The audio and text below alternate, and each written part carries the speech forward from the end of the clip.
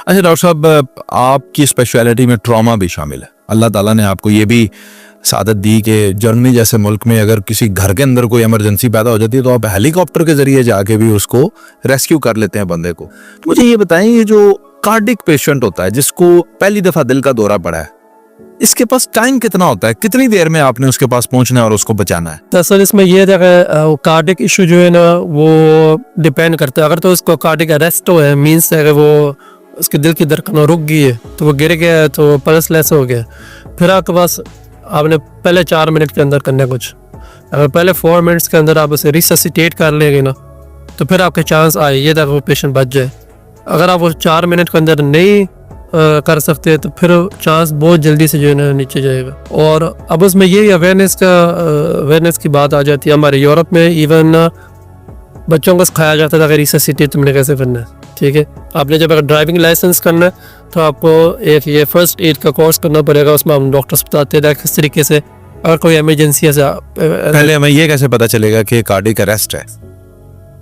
ये क्वेश्चन हमेशा पूछा जाता है, लेकिन इसका जवाब फिर मैं ये देता हूँ। मैं कहता था कि अगर पेशेंट लेटा हुआ है ना, ठीक है, आप डॉक्टर नहीं है, लेकिन आपको महसूस हो रहा है ठीक है उसका पेट ऊपर नीचे नहीं हो रहा है, उसकी सांस रुक गई है, या वैसे ब्लू हो गया, या आपको वैसे महसूस हो रहा है वो सांस नहीं ले रहा, बेशक अगर वो ले रहा भी हो, आप फिर भी शुरू कर दो।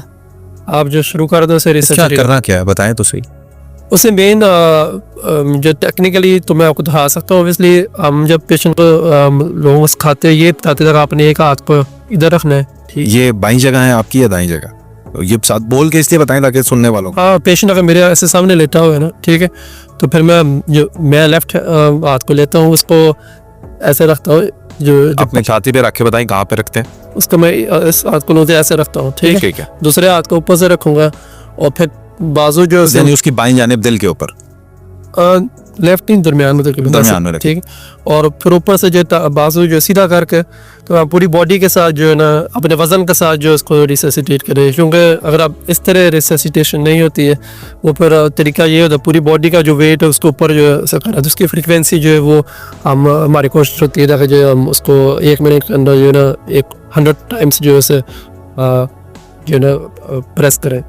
तो इस तरह के तरीके जो हम उधर अवेयरनेस पैदा करने के लिए हर एक को सिखाए भी जाते हैं। लेकिन जो हम इमरजेंसी में होते हैं, हमारे पास एक विंडो होता है इमरजेंसी में पहुँच रहे 9 मिनट्स का, ठीक है, उसमें कोई एक्सीडेंट हुआ है या कोई भी इमरजेंसी है किसी भी जो स्पेशलिस्ट से रिलेटेड, तो 9 मिनट्स का टाइम होता है उधर पहुँचने का। कभी कभी ये होता था कि एम्बुलेंस पहले पहुँच जाती है, वो फिर हमें ऑर्डर जो पीछे से जो कॉल करती था आप हेल्प के लिए पहुँचे, अगर ज़्यादा सीवियर केस हो। कभी कभी बाई चांस हम